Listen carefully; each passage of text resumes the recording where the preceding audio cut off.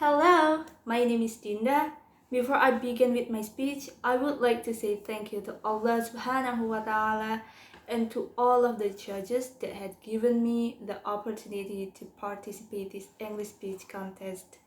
Although we all in the pandemic situation, but I hope it's not going to affect any our creativity and productivity.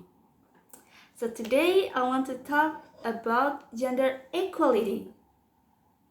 First, let's talk about the difference between sex and gender. Sex is a human biological character. It can be seen from their reproductive organs, chromosomes, or hormones. Meanwhile, gender is a feminine and masculine characteristic that a person in a cultural and social context refers to behavior, attitudes, and traits. In most societies, being a man or woman is not simply a matter of a different biological and physical characteristic. Men and women face different expectations about how they should dress, behave, or work. If you're asking me why is gender equality is important, basically, gender equality means a freedom to me. Everyone is living together in a place called society, but many people must follow the rules of where they belong. So they tend to live with many limitations. Of course, I would not deny that I'm the same because we have to live together in society. But at the same time, if we are feeling too restricted, we will be ended up losing our identity and even we can lose what we have. So I agree that gender equality is important and I tend to value freedom a lot. Okay, so now let's talk about sexism because this inequality problem we still often hear and feel until now. Sexism is hatred or discrimination based on a person's gender, which is in a society and most commonly applied against women and girls.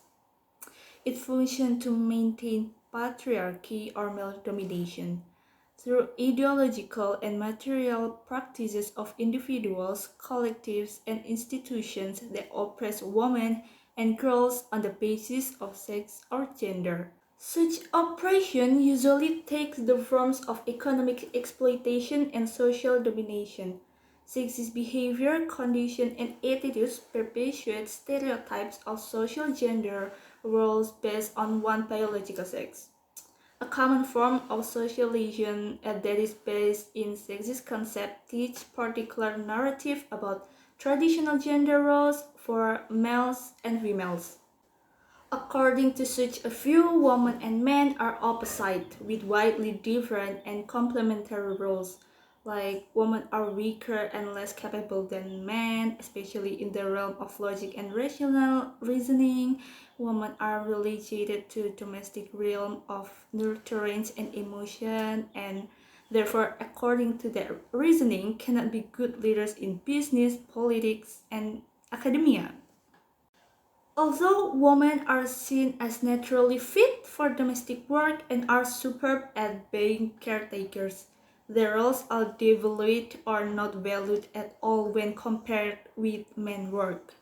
Social norms that limit women opportunities needs to be understood and then changed.